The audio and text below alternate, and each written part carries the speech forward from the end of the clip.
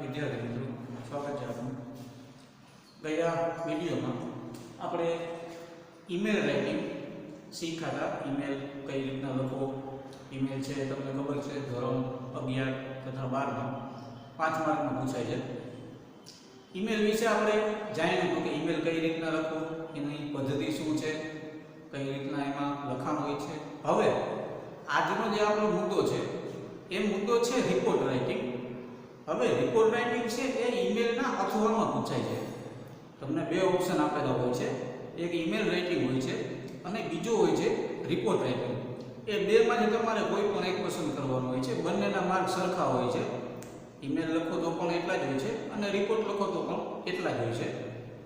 Email પણ તમે 10 લીટીમાં લખી શકો અને રિપોર્ટ રાઇટિંગ છે એ પણ તમે 10 લીટીમાં લખી શકો. પણ આ બંનેમાં થોડોક તફાવત છે.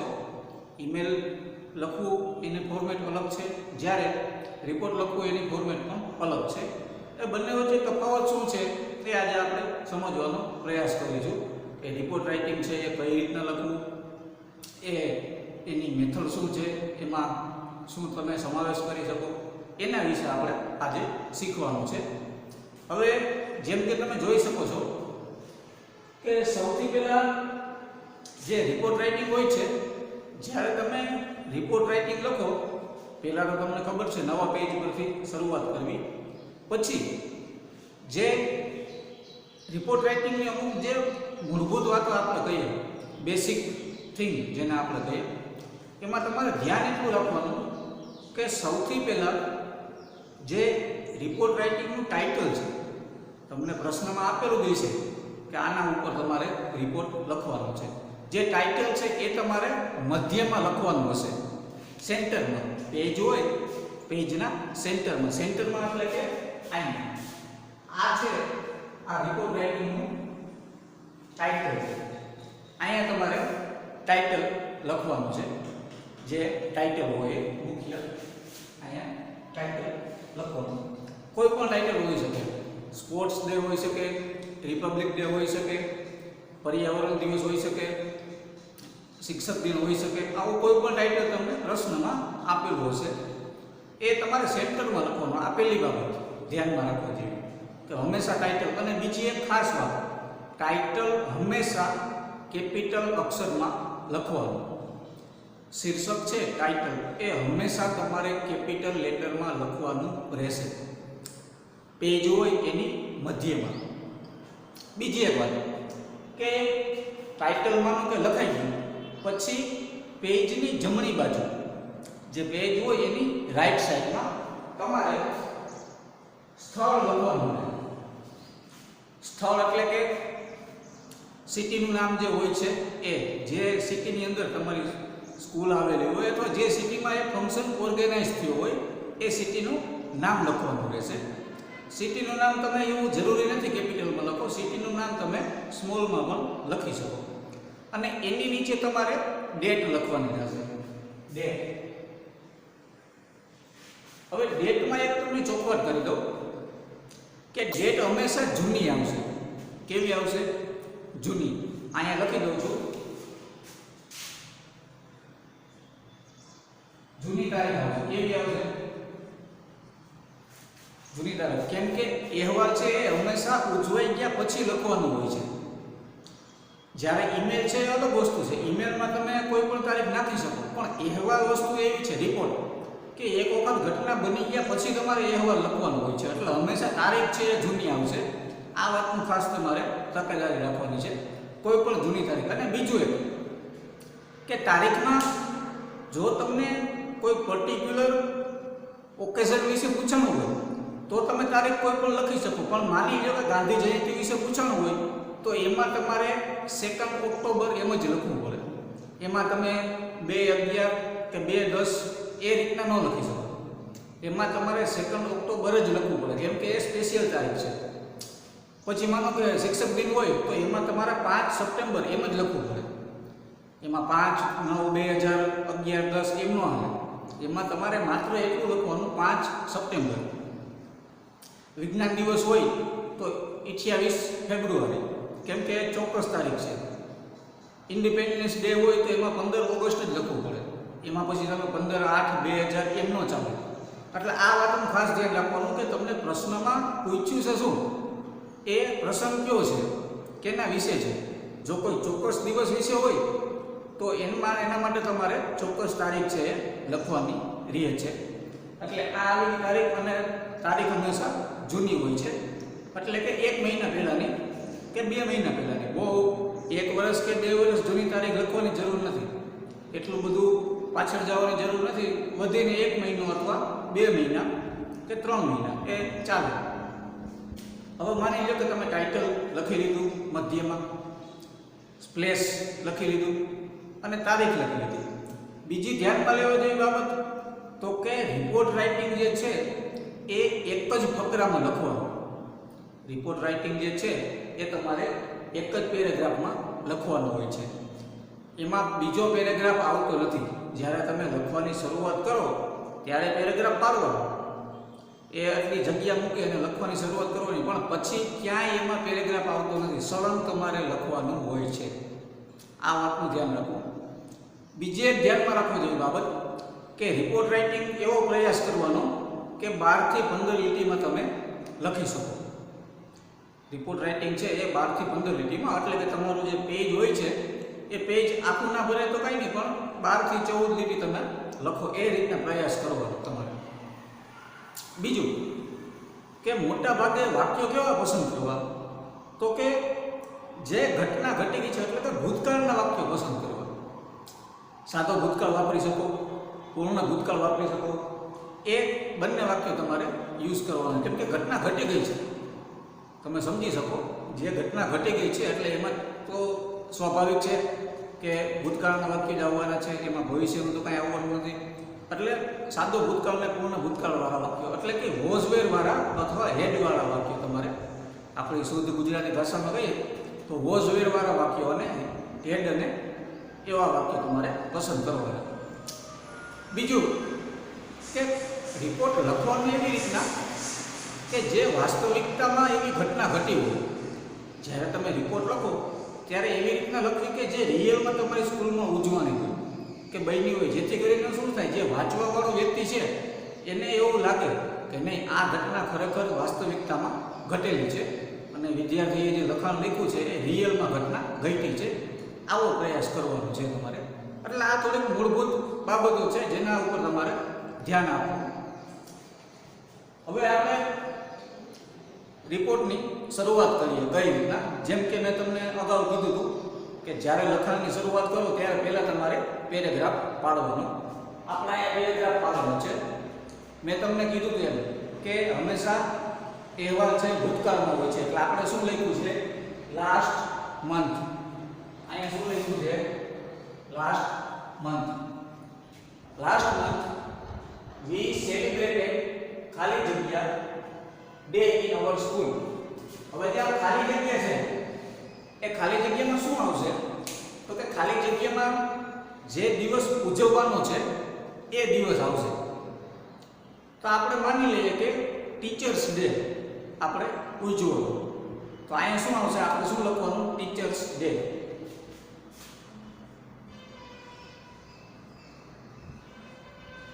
Teachers day. Last month we celebrated Teachers Day in our school. તો હવે આપણે અહીંયા શિક્ષકમાં શું લખવાનું છે, મેં તમને અગાઉ કીધું તેમ કે શીર્ષકમાં તમારે પેજની મધ્યમાં લખવાનું અને કેપિટલ લેટરમાં લખવાનું. એટલે અહીંયા આપણે લખીએ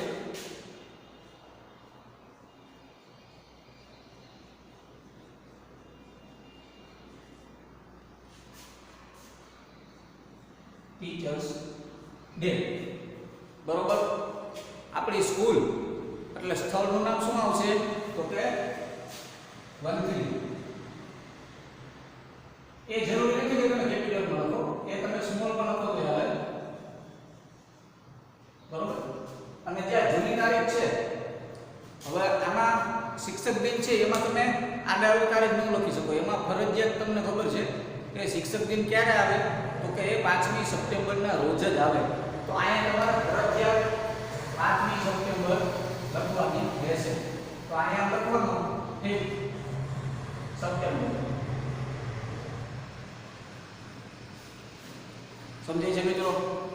આ રીતના તમારે લખવાનું રહેશે. Last month we celebrated teachers day in our school. ગયા મહિને અમે અમારી સ્કૂલમાં શિક્ષક દિન ઉજવ્યો હતો. બરોબર છે? ગયા મહિને અમે અમારી સ્કૂલમાં શિક્ષક દિન ઉજવ્યો. Our school principal mister Ajit sir had begun that program. હવે જો અહીંયા had begun આવ્યું. had begun વાળું વાક્ય, had વાળું વાક્ય એટલે પૂર્ણ ભૂતકાળ કહેવાય. એટલે આનું ગુજરાતી આ રીતે થાય કે our principal Mr. Ajit sir had begun that program with the speech. અમારા સ્કૂલના આચાર્ય છે મિસ્ટર અજીતભાઈ, એણે એ પ્રોગ્રામની શરૂઆત કરી હતી. had begun નો અર્થ શું થાય? કે શરૂઆત કરી હતી. with the speech, સ્પીચ સાથે. કેની સ્પીચ? તો કે અબાઉટ. હવે આ જે કાર્ય છે ત્યાં શું આવશે? તો કે અમારા આચાર્ય છે એણે કાર્યક્રમની શરૂઆત કરી હતી અને ભાષણથી શરૂઆત કરી. કેના વિશે ભાષણ? તો અહીંયા જે રસમ છે જે આપણે ઉજવીએ છીએ એ આવશે. તો અહીંયા શું આવશે? Teachers day.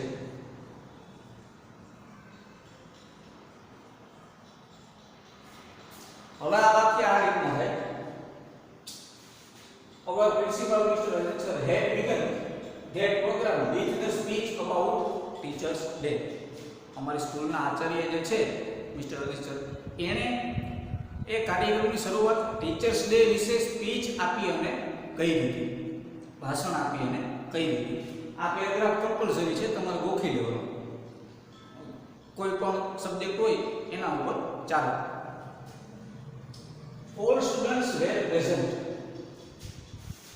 that day. All students were present that day. જેમ કે મેં તમને કીધું કે વોઝ વેર વાળા વાક્યો ભૂતકાળ છે. All students were present that day. બધા વિદ્યાર્થીઓ તે દિવસે હાજર હતા. જેટલા વિદ્યાર્થીઓ હતા બધા તે દિવસે હાજર હતા. Many students took part in it. જો વળી પાછું આ ટુક આવ્યું techno ભૂતકાળનો. Many students took part in it. ઘણા વિદ્યાર્થીઓએ તેમાં ભાગ લીધો. તેમાં એટલે શિક્ષક દિનમાં. I also took part in it. મેં પણ એમાં ભાગ લીધો હતો શિક્ષક દિનમાં. I also took part in it. Different student had taught. Different student had taught. વળી પાછું પૂર્ણ ભૂતકાળનું વાક્ય એવું had taught. Different student had taught various subjects. Different student had taught various subjects. એટલે કે જુદા જુદા વિદ્યાર્થીઓએ અલગ અલગ વિષયો છે એ ભણાવ્યા હતા. તમે જાણો છો જ્યારે શિક્ષક દિનની ઉજવણી આપણે કરીએ ત્યારે અલગ અલગ વિદ્યાર્થીને અલગ અલગ વિષય છે એ આપેલા હોય છે. તમે જાણો છો એટલે અલગ અલગ વિદ્યાર્થીએ અલગ અલગ વિષયો ભણાવ્યા હતા. આવું તમે લખી શકો.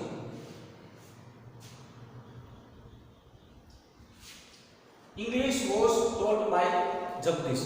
હવે આવા જે વાક્યો છે આ સુધી બરોબર કે એ કમ્પલસરી લાગુ પડે. હવે પછીના જે વાક્યો છે એ તમારે થોડા મિક્સ કરીને તમારે તમારી જાતે લખવાનું રહેશે કે જેને ઇંગ્લિશમાં સ્ટફ કહેવાય, મરી મસાલો. એ તમારે તમારી જાતે લખવાના કે English was taught by Jagdish. એવું લખી લેવાનું કે ભાઈ અમારો એક મિત્ર હતો, એને અંગ્રેજી વિષય સોંપ્યો હતો તે દિવસે અને એણે અંગ્રેજી ખૂબ જ સારું ભણાવ્યું હતું. વિદ્યાર્થીઓ હોય છે તે દિવસે ભણાવતા હોય છે. At last we were admired by the chief guest. At last we were admired by the chief guest. હવે આવા કાર્યક્રમો હોય છે એમાં ચીફ ગેસ્ટ તો હોય જ છે. તમને ખબર છે કોઈ પણ ફંક્શન હોય એમાં મુખ્ય અતિથિ વિશેષ એક હોય જ છે. એટલે એકાદું વાક્ય એનું લખી નાખવાનું કે અંતે એટ લાસ્ટ વી વેર એડમાયર્ડ. એડમાયર્ડ એટલે અમારી પ્રશંસા થઈ હતી.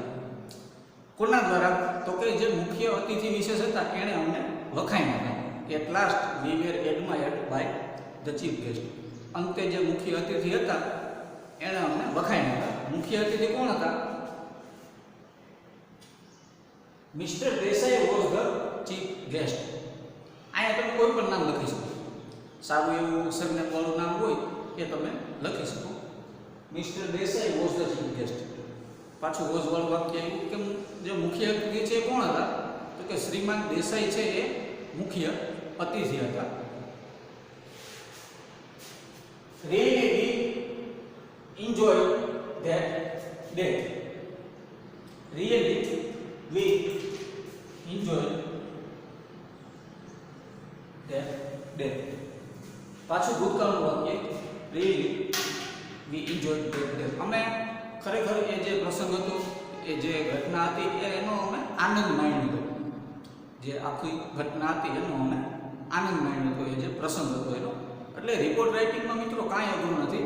જેમ કે મેં તમને કીધું, જે કોઈ પર્ટિક્યુલર સબ્જેક્ટ આપેલો હોય, તમારું જે રજૂઆત છે એ કેવી હોવી જોઈએ.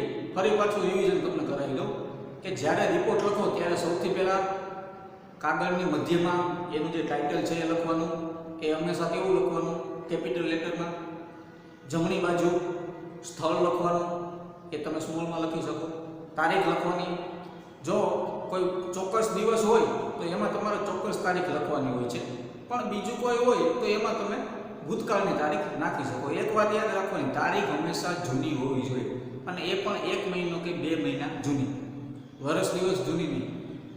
પછી આગળની શું વાત? તો કે મોટાભાગે વાક્યો એવા પસંદ કરવા કે જે સાટા ભૂતકાળ અથવા પૂર્ણ ભૂતકાળના હોય. વોઝ વેરવાળા, હેડવાળા, આવા વાક્ય પસંદ કરવા, કેમ કે અહેવાલ છે એ ભૂતકાળમાં હોય છે. પછી તો કે એક જ ફકરામાં તમારે અહેવાલ પૂરો કરવાનો. અહેવાલની વચ્ચે ક્યાંય ફકરો આવશે નહીં. જ્યારે તમે શરૂઆત કરો ત્યારે એક પેરેગ્રાફ પાડવાનો, પણ એ પછી પેરેગ્રાફ આવશે નહીં. અને પ્રયત્ન કરવાનો કે 10 થી 12 લીટીમાં એ આખું તમે અહેવાલ છે એ લખો. અને અંતે એટલું કે એવી રીતના લખાણ કરવાનું કે રિયલમાં જે ઘટના ઘટી હોય એવું લાગે. જે મુદ્દો તમને આપેલો હોય એ રિયલમાં ઘટના ક્યારેક ને ક્યારેક એવો દિવસ ઉજવો જ હોય આપણી સ્કૂલમાં. પછી પર્યાવરણ દિવસ હોય, ગાંધી જયંતિ હોય, 15મી ઓગસ્ટ હોય, એવા દિવસો આપણે ઉજવતા જ હોય છે. એટલે એના વાક્યો જે છે એ લખવાના, જેથી કરીને વાચક જે છે એને એવું લાગે કે ના, ખરેખરમાં આ ઘટના છે એ બનેલી હશે. તો આશા છે કે તમને આ પદ્ધતિ સમજાણી હશે. જ્યારે આપણે નવા વિડીયોમાં મળશું ત્યારે તો બીજા મુદ્દા સાથે મળીશું. ત્યાં સુધી જય સ્વામિનારાયણ.